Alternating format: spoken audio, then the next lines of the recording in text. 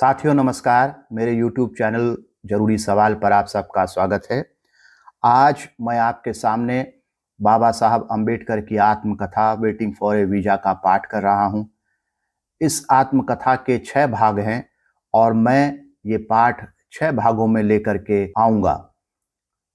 एक जानकारी के हिसाब से बाबा साहब की यह आत्मकथा 1935 या 1936 की लिखी हुई है, लेकिन ऐसा लगता है कि यह जानकारी ठीक नहीं है, क्योंकि बाबा साहब की आत्मकथा के अंतिम अध्याय में उन्होंने एक घटना का जिक्र किया है।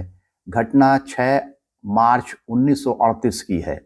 तो अगर इस किताब में 6 मार्च 1938 की किसी घटना का जिक्र है तो इसका मतलब साफ है कि यह किताब 1935 या 1936 की नहीं हो सकती। यह कम से कम 6 मार्च 1938 के बाद की होगी।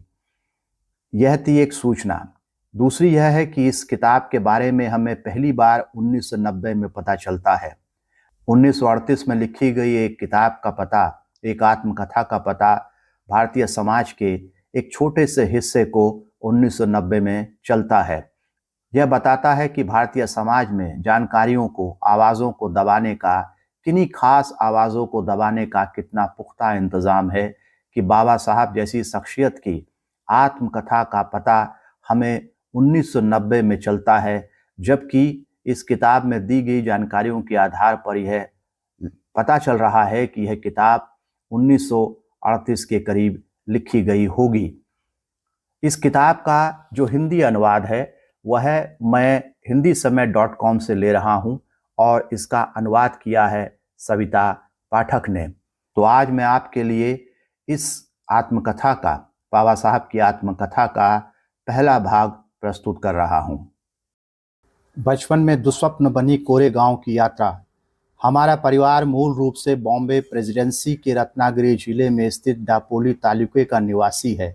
ईस्ट इंडिया कंपनी का राज शुरू होने के साथ ही मेरे पुरखे अपने वंशानुगत धंधे को छोड़कर कंपनी की फौज में भर्ती हो गए थे। मेरे पिता ने भी परिवार की परंपरा के मुताबिक फौज में नौकरी कर ली। वे अफसर की रैंक तक पहुंचे और सूबेदार के पद से सेवानिवृत्त हुए। सेवानिवृत्ति के बाद मेरे पिता परिवार के साथ दापोली गए ताकि वहां पर फिर से बस जाएं, लेकिन कुछ वजहों से उनका मन बदल गया।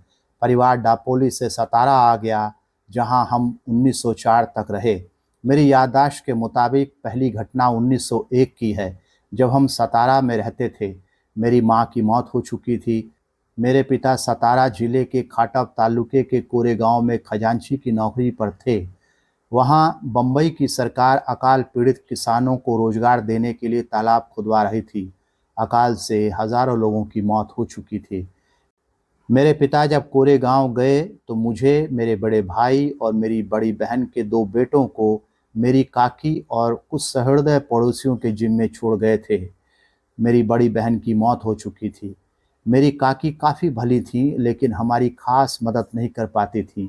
वे कुछ नाटी थी और उनके पैरों में तकलीफ थी, जिससे वे बिना किसी सहारे के चल फिर नहीं पाती थीं। अक्सर उन्हें उठाकर ले जाना पड़ता था। मेरी बहनें भी थीं, उनकी शादी हो चुकी थी और वे अपने परिवार के साथ कुछ दूर पर रहती थीं। खाना पकाना हमारे लिए एक समस्या थी, खासकर इसलिए कि हमारी काकी शारीरिक असहायता के कारण काम नहीं कर पाती थी। हम 4 बच्चे स्कूल भी जाते थे और खाना भी पकाते थे, लेकिन हम रोटी नहीं बना पाते थे, इसलिए पुलाव से काम चलाते थे। वह बनाना सबसे आसान था, क्योंकि चावल और गोश्त मिलाने से ज़्यादा इसमें कुछ नहीं करना पड़ता था। मेरे पिता खजांची थे, इसलिए हमें देखने के लिए सतारा से आना उनके लिए संभव नहीं हो पाता था। इसलिए उन्होंने चिट्ठी लिखी कि हम गर्मियों की छुट्टियों में कोरेगांव आ जाएं। हम बच्चे यह सोचकर ही काफ़ी उत्तेजित हो गए थे, क्योंकि तब तक हम में से किसी ने भी रेलगाड़ी नहीं देखी थी।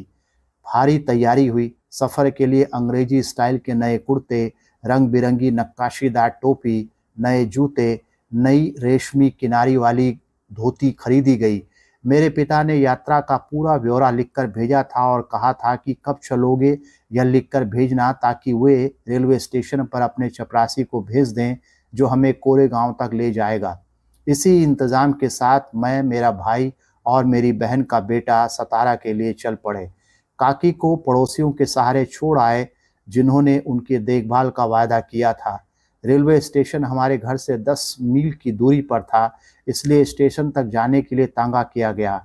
हम नए कपड़े पहनकर खुशी से झूमते हुए घर से निकले, लेकिन काकी हमारी विदाई पर अपना दुख रोक नहीं सकी और ज़ोर-ज़ोर से रोने लगी। हम स्टेशन पहुँचे तो मेरा भाई टिकट ले आया और उसने मुझे व बहन के बेटे को रास्ते के खर्च करने के लिए 2-2 रुपए दिए। हम फ़ौरन शाह खर्च हो गए और पहले नींबू पानी की बोतल खरीदी। कुछ देर बाद गाड़ी ने सीटी बजाई तो हम जल्दी-जल्दी चढ़ गए ताकि कहीं छूट न जाए। हमें कहा गया था कि मसूर में उतरना है, जो कोरेगांव का सबसे नज़दीकी स्टेशन है। ट्रेन शाम को 5 बजे मसूर पहुंची और हम अपने सामान के साथ उतर गए। कुछ ही मिनटों में ट्रेन से उतरे सभी लोग अपने ठिकाने की ओर चले गए। हम 4 बच्चे प्लेटफॉर्म पर बच गए।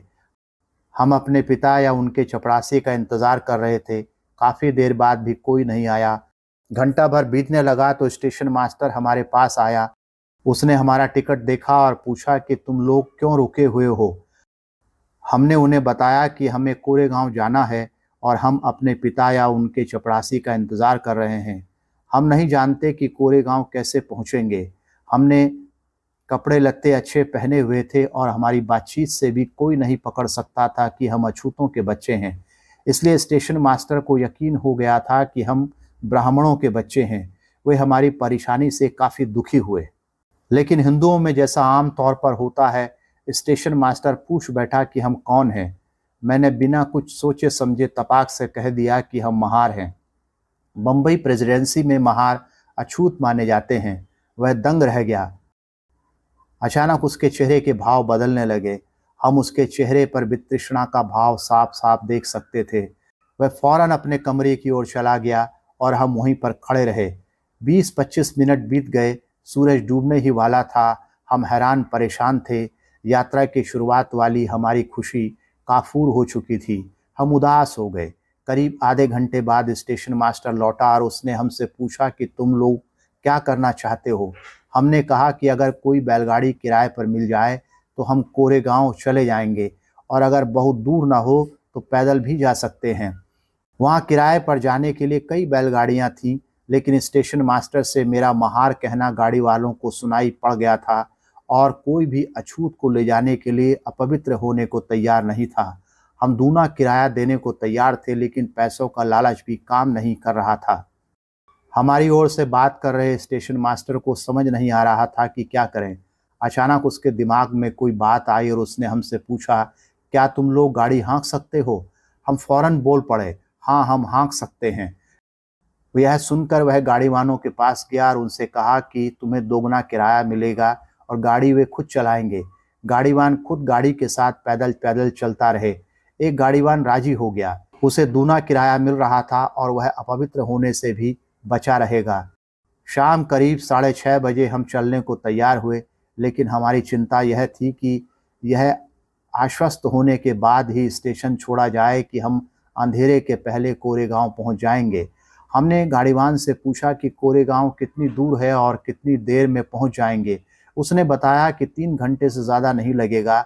उसकी बात पर यकीन करके हमने अपना सामान गाड़ी में रखा और स्टेशन मास्टर को शुक्रिया कहकर गाड़ी पर चढ़ गए। हम में से एक ने गाड़ी संभाली और हम चल पड़े। गाड़ीवान बगल में पैदल चल रहा था। स्टेशन से कुछ दूरी पर एक नदी थी, बिल्कुल सूखी। उसमें कहीं कहीं पानी के छोटे छोटे गड्ढे थे। गाड़ीवान ने कहा कि हमें यहाँ रुककर खाना खा लेना चाहिए, वरना रास्ते में कहीं पानी नहीं मिलेगा। हम राजी हो गए। उसने किराए का एक हिस्सा मांगा ताकि बगल के गांव में जाकर खाना खा आए। मेरे भाई ने उसे कुछ पैसे दिए और वह जल्दी से आने का वादा करके चला गया। हमें भूख लगी थी। काकी ने पड़ोसी औरतों से हमारे लिए रास्ते के लिए कुछ अच्छा भोजन बनवा दिया था। हमने टिफ़िन बॉक्स खोला और खाने लगे। अब हमें पानी चाहिए था। हम में से एक नदी वाले पानी के गड्ढे की ओर गया, लेकिन उसमें तो गाय बैल के गोबर और पेशाब की बदबू आ रही थी। पानी के बिना हमने आधे पेट खाकर ही टिफ़िन बंद कर लिया और गाड़ीवान का इंतज़ार करने लगे। काफ़ी देर तक वह नहीं आया। हम चारों ओर उसे देख रहे थे। आखिरकार वह आया और हम आगे बढ़े। 4-5 मील हम चले होंगे कि अचानक गाड़ीवान कूदकर गाड़ी पर बैठ गया और गाड़ी हाँकने लगा। हम चकित थे कि यह वही आदमी है जो अपवित्र होने के डर से गाड़ी में नहीं बैठ रहा था, लेकिन उससे कुछ पूछने की हिम्मत हम नहीं कर पाए। हम बस जल्दी से जल्दी कोरेगांव पहुंचना चाहते थे, लेकिन जल्दी से अंधेरा छा गया। रास्ता कहीं नहीं दिख रहा था, कोई आदमी या पशु भी नजर नहीं आ रहा था। हम डर गए। 3 घंटे से ज़्यादा हो गए थे, लेकिन कोरेगांव का कहीं नामो निशान तक नहीं था। तभी हमारे मन में यह डर पैदा हुआ कि कहीं यह गाड़ीवान हमें ऐसी जगह तो नहीं ले जा रहा है कि हमें मारकर हमारा सामान लूट ले। हमारे पास सोने के गहने भी थे।